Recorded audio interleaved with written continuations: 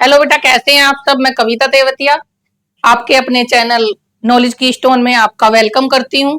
और आज का जो मेरा टॉपिक है बेटा, मैं कुछ एमसीक्यू क्वेश्चंस लेकर के आई हूं जो आर्मी के अग्निवीर का जो एग्जाम होगा उसमें आपके लिए जरूर मिलेंगे। यानी कि वो क्वेश्चन नहीं बोलती मैं, बट इस टाइप के ही मिलते हैं। ठीक है, आई होप कि आपको अच्छे से सब कुछ समझ में आएगा। ध्यान से आपको देखते जाना है। देखिए बेटा, फर्स्ट क्वेश्चन हमारा क्या है। फर्स्ट क्वेश्चन हमारा है choose the correct सिनोनियम of brave. यानी कि जो ब्रेव वर्ड है ना, इसका हमें एक तरीके से करेक्ट सिनोनियम बताना है। और सिनोनियम किसको बोलते हैं बेटा? सिनोनियम हम जैसे हिंदी में बोले तो पर्यायवाची शब्द होते हैं, उस तरह से हमारा ये इंग्लिश में वर्ड होता है सिनोनियम। यानी कि इसका सेकंड वर्ड हमें ढूंढना है। और ढूंढना किसमें से है बेटा? ये हमारे ABCD, ये हमारे 4 ऑप्शंस दिए हुए हैं। इनमें से एक आपको बिल्कुल जो करेक्ट होगा वो बताना है। देखिए मैं आपको समझाती हूँ। सबसे पहले देखिए बेटा, ब्रेव मीन्स बहादुर, और ये कावर्ड मीन्स कायर होता है, यानी कि ये तो नहीं है ना। फियरलेस यानी कि निडर। ठीक है बेटा, यानी कि ब्रेव मीन्स बहादुर और निडर फियरलेस, यानी कि यही इसका सेकंड वर्ड है। तो हम इस पे टिक लगा देते हैं। और वीक मीन्स कमजोर होता है, और लेजी मीन्स आलसी होता है। ठीक है बेटा, तो कौन सा ऑप्शन हमारा, देखिए ये हमारा करेक्ट हुआ। आई होप कि आपको अच्छे से समझ में आया होगा बच्चे। नेक्स्ट चलते हैं, choose the correct antonym of ancient. अब देखिए हमें इसका एंटोनियम बताना है, यानी कि विलोम शब्द बताना है। ध्यान देना है आपको। देखिए सबसे पहले देखिए, एंशिएंट मीन्स क्या होता है बेटा? पुराना। और ओल्ड मीन्स भी पुराना होता है, तो ये भी नहीं होगा। और मॉडर्न मीन्स नया होता है, ये होगा। ठीक है बेटा। और देखिए ट्रेडिशनल मीन्स होता है, ट्रेडिशनल मीन्स परंपरागत, ये भी नहीं है। और हिस्टोरिक यानी कि ऐतिहासिक, ये भी नहीं है। तो कौन सा सही है बेटा? हमारा ऑप्शन नंबर बी हमारा बिल्कुल राइट आंसर है। ठीक है बेटा, आई होप कि आपको अच्छे से समझ में आ रहे होंगे बेटा। नेक्स्ट देखिए, फिल इन द ब्लैंक, यानी कि हमको फिल करना है। और फिल क्या करना है? ये जो वर्ड्स में दिए हुए हैं, जो एक्शन वर्ब दी गई हैं, इनमें से कौन सी वर्ब इसमें आएगी वो आपको ध्यान से देखना है। देखिए, see dash to school every day, यानी कि इसमें से कौन सा एक्शन वर्ब तो गो ही है, बट इसमें आएगी किस तरीके से वो आपको ध्यान से देखनी है। तो देखिए बेटा, सी हमारा सिंगुलर होता है। और मेरी वीडियो जो मैंने बताई थी जिसमें मैंने टेंसेस आपको पढ़ाए हैं, उसमें हम सिंगुलर के साथ क्या यूज करते हैं प्रेजेंट में। देखिए बात तो प्रेजेंट की है ना, यानी कि एवरीडे, रोजाना। तो आई होप कि आपको समझ में आ रहा होगा बेटा। और हम देखिए, गो हम यूज करते हैं बेटा जब हमारा सब्जेक्ट प्लूरल होता है, बट हमारा सब्जेक्ट तो सिंगुलर है ना। तो सिंगुलर के साथ हम देखिए गोज लगाएंगे। और देखिए गोन भी यूज नहीं करेंगे, क्यों?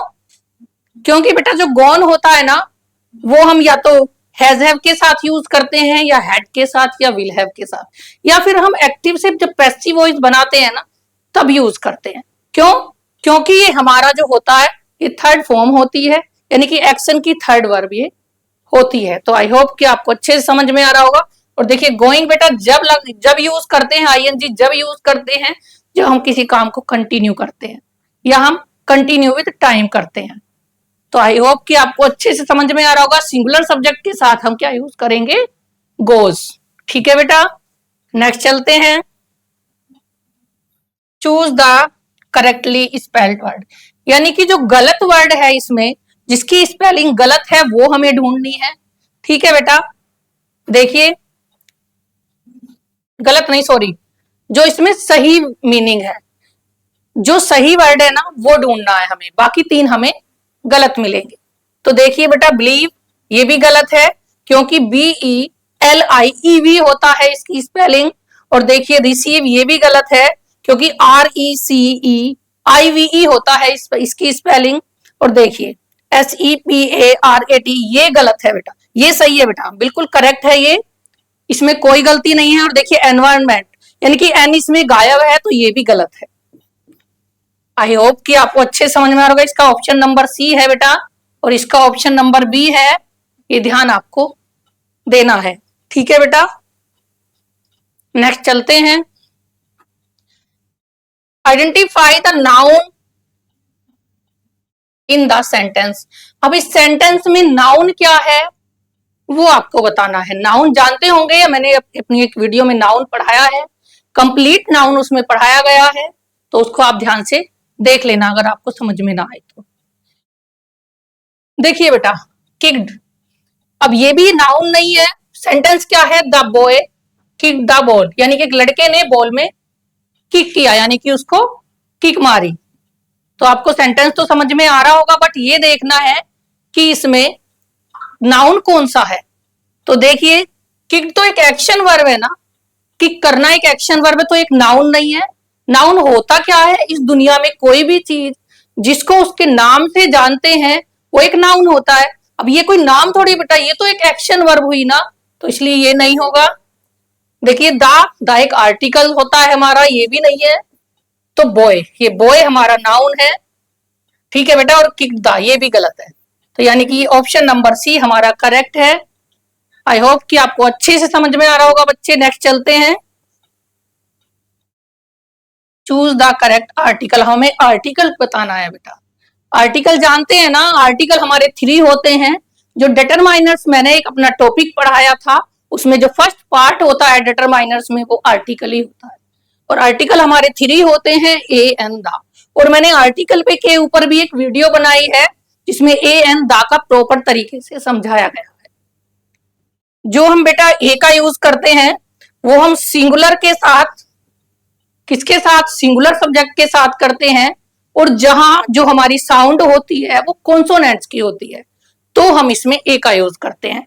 बट जहां पर जो साउंड वोवल की होगी ना, वो उसमें एन का यूज करेंगे।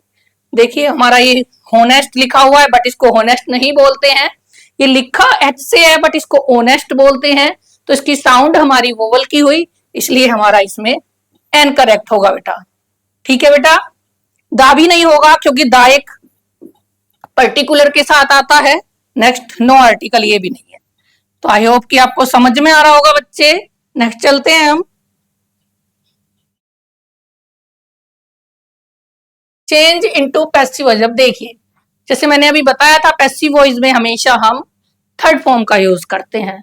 हमें ध्यान देना है, कोई भी हमारी पैसिव वॉइस किसी भी टेंस की होगी, उसमें हमेशा थर्ड फॉर्म ही आती है, कोई और फॉर्म पैसिव वॉइस में नहीं आती। देखिए, दे प्ले क्रिकेट, इसमें क्या करते हैं बेटा, इसमें ट्रांसफर कर देते हैं, सब्जेक्ट को ऑब्जेक्ट की तरफ ले जाते हैं और ऑब्जेक्ट को सब्जेक्ट की तरफ, यानी कि सब्जेक्ट को ऑब्जेक्ट बना देंगे और ऑब्जेक्ट को सब्जेक्ट बना देंगे। तो देखिए, क्रिकेट को हम पहले लाएंगे और सेंटेंस भी देखेंगे, सेंटेंस किसका है। अगर आपको समझ में ना आए ना बच्चे, तो मैंने एक एक्टिव एंड पैसिव वॉइस पर भी मेरी वीडियो बनी हुई है, उसको ध्यान से देख लेना। देखिए, पहला सेंटेंस है cricket was played by them. तो ये गलत है बेटा, क्योंकि वॉज तो आएगा ही नहीं, क्योंकि ये सेंटेंस हमारा प्रेजेंट का है। प्रेजेंट में जब हमारा सब्जेक्ट प्लूरल होता है, तो उसमें हमारी जो एक्शन वर्ब होती है, उसके साथ ना तो एस या ई एस जुड़ता है, ना और कुछ जुड़ता है, यानी कि कोई सी वर्ब का एक्शन जो बोलते हैं। नेक्स्ट देखिए, cricket is played by them. अब देखिए, यहां पे जब प्रेजेंट इंडेफिनिट का सेंटेंस है ना, तो प्रेजेंट इंडेफिनिट की जब हम पैसिव वॉइस बनाते हैं, तो हमेशा इज एम आर का उसमें यूज होता है। तो देखिए, ऑप्शन नंबर ये तो हमारा गलत ही हुआ।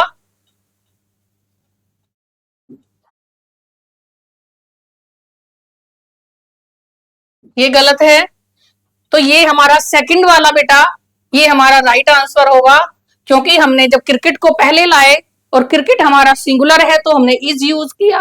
और प्ले की थर्ड फॉर्म मैंने बताई थी आपको, पैसिव वॉइस में हमेशा थर्ड फॉर्म आती है, और इसके बाद हम बाई यूज करके उसके बाद हम ऑब्जेक्ट को रखते हैं। तो देखा, ऑब्जेक्ट हमने देम बना दिया। आई होप कि आपको अच्छे से समझ में आ रहा होगा बेटा। और क्रिकेट, नेक्स्ट देखिए, cricket has played by them, ये भी गलत है, क्योंकि प्रेजेंट हैज हैव हमारा पैसिव वॉइस में यूज नहीं होता। इतना जरूर होता है जब हमें हैज हैव दिया हुआ होता है, यानी कि परफेक्ट की पैसिव वॉइस बनती है, तो उसमें हैज बीन या हैव बीन यूज कर देते हैं। लेकिन ये भी गलत है और ये भी गलत है बेटा, यानी कि हमारा ऑप्शन नंबर बी बिल्कुल राइट आंसर है। नेक्स्ट चलते हैं बेटा, चूज द करेक्ट टेंस, यानी कि हमें सही सेंटेंस ये बनाना है, जो हमारा टेंस है इसको बिल्कुल सही तरीके से बनाना है। क्या वर्ब इसमें यूज होगी वो देखना है। देखिए I dash my homework already, already यानी कि पहले से ही क्या कर दिया मैंने, अपना होमवर्क पहले से ही दिया हुआ है, तो हमें इसमें सेंस पता चल रहा है बेटा। डू तो प्रेजेंट में आता है और डिड हमारा पास्ट में आता है, और हैव डन यानी कि ये भी नहीं होगा, ये भी नहीं होगा, और हैव डन ये करेक्ट आंसर होगा बेटा। ठीक है, यानी कि जो हमने काम पहले से ही कर दिया है, जो हमने प्रेजेंट में बिल्कुल अभी किया है ना, उसके साथ हमेशा हैव के साथ में थर्ड फॉर्म आती है। देखिए, और ये भी गलत आंसर है, यानी कि ये हमारा बिल्कुल सही है बेटा।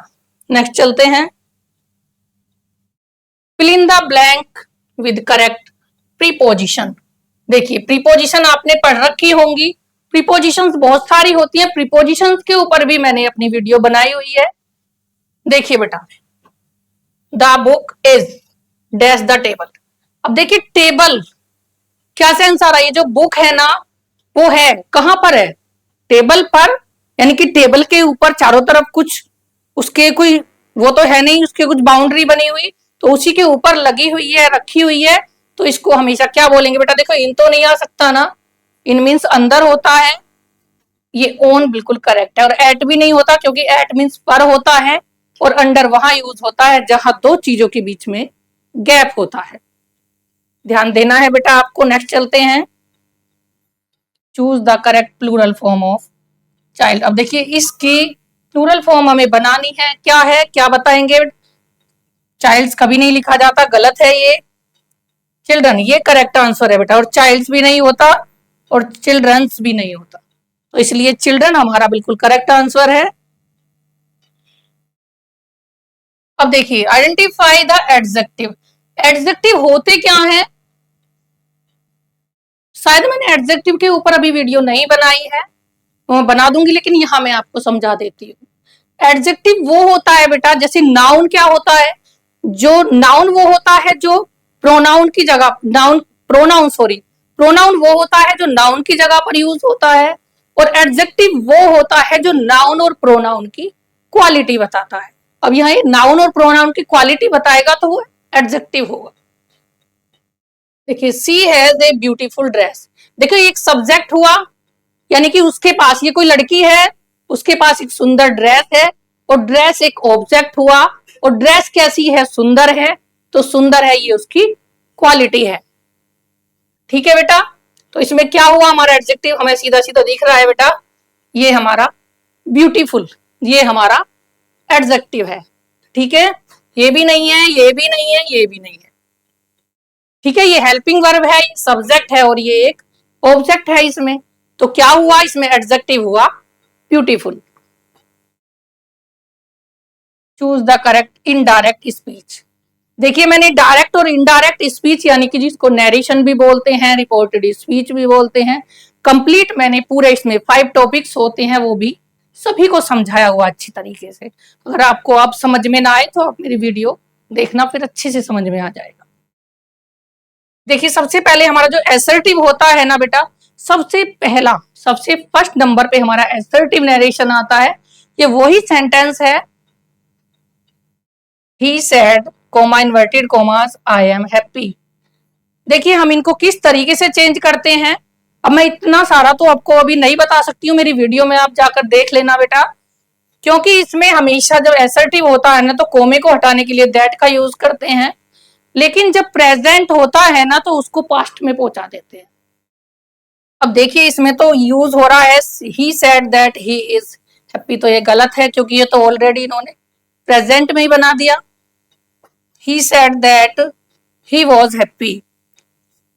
देखिए बेटा ये करेक्ट आंसर होगा, क्योंकि प्रेजेंट पास्ट में पहुंच जाता है, तो इज एम आर को, यानी कि प्रेजेंट कॉन्टिन्यूस को जब पास्ट कॉन्टिन्यूस में पहुंचाएंगे तो वॉजवर आएगा बेटा। ठीक है बेटा, प्रेजेंट कॉन्टिन्यूस का नहीं है ये किसी की क्वालिटी बताई गई है, लेकिन प्रेजेंट पास्ट में पहुंच गया। आई होप कि आपको अच्छे से समझ में आ रहा होगा बेटा। देखिए ये भी रॉन्ग है इसमें, क्योंकि इसमें सेज दिया हुआ है यहाँ, क्योंकि जब प्रेजेंट होता है ना तो यहाँ पे पास्ट कभी नहीं आ सकता। और ही टोल्ड हैप्पी, ये भी गलत है, तो इसका ऑप्शन नंबर बी बिल्कुल राइट है बेटा।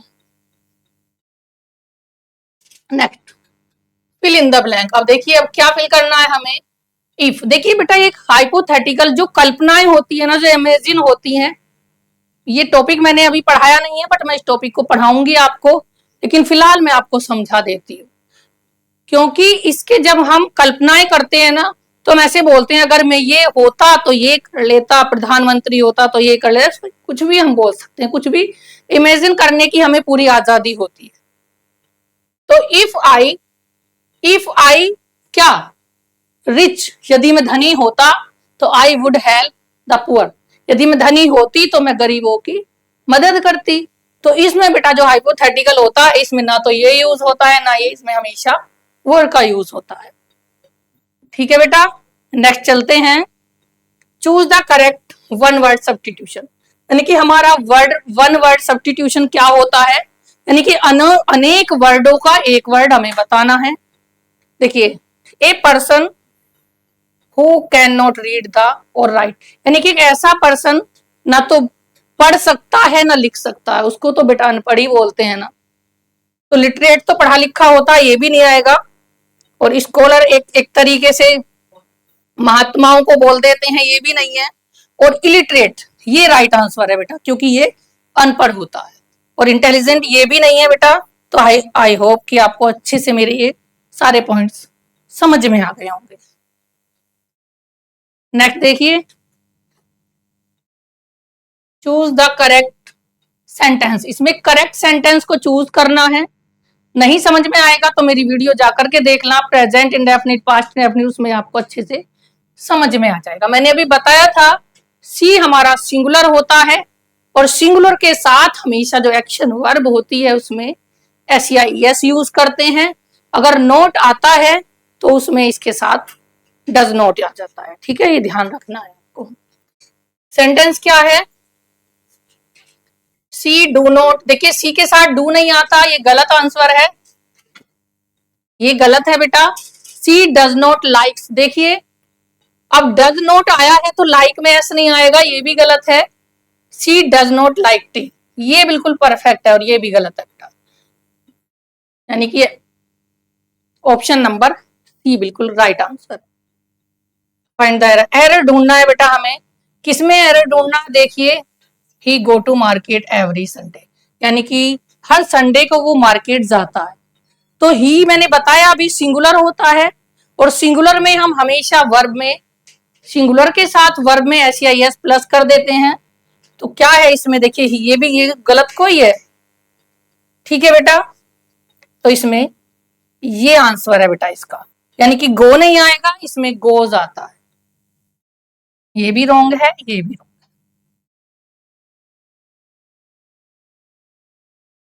Choose the correct सिनोनियम of quick. अब देखिए क्विक मीन्स क्या होता है बेटा, जल्दी, और इसका सिनोनियम हमें बताना है। सिनोनियम क्विक का क्या है, देखिए स्लो मीन्स तो धीमा होता है ना, ये आपको पता है। फास्ट ये राइट आंसर है। वीक मीन्स कमजोर, का मीन्स शांति। आई होप कि आपको अच्छे से समझ में आ रहा होगा। नेक्स्ट देखिए, फिल इन द ब्लैंक, ये भी करना है हमें। The sun dash in the east, यानी कि जो सन है वो कहां पर निकलता है, पूरब में। और पूरब कैसे बताएंगे, तो सन हमारे कितने हैं बेटा, एक है। तो एक है तो उसमें राइज में एस या ई एस जुड़ जाएगा, यानी कि राइज। देखिए ये भी रॉन्ग है, ये करेक्ट है, ये भी रॉन्ग है, और ये भी रॉन्ग है, मैं पहले आपको बता चुकी हूं बेटा। नेक्स्ट देखिए, ये choose the correct question tag, यानी कि हमें करेक्ट बनाना है इसको। क्वेश्चन कैसे बनाएंगे हम, इसका किस तरह से क्वेश्चन पूछेंगे। यू आर अ स्टूडेंट, कैसे पूछेंगे, यू आर अ स्टूडेंट, इसका क्वेश्चन कैसे बनाएंगे, तो क्वेश्चन बनाएंगे ये वाला, आर यू अ स्टूडेंट, ऐसे तो बनेगा बेटा, क्योंकि नोट तो है ही नहीं, तो नोट हम क्यों लगाएंगे। तो ये भी गलत है, ये भी गलत है, और ये भी गलत है। तो ये हमारा ऑप्शन नंबर ए इसमें करेक्ट आंसर है। आई होप कि आपको आज की वीडियो अच्छी लगी होगी। ध्यान से आपको देखना है, और कल मैं दोबारा से ये इसी टाइप के क्वेश्चन आपको अग्निवीर के लिए लेकर के आऊंगी। तब तक के लिए बेटा मिलते हैं कल। ओके बेटा।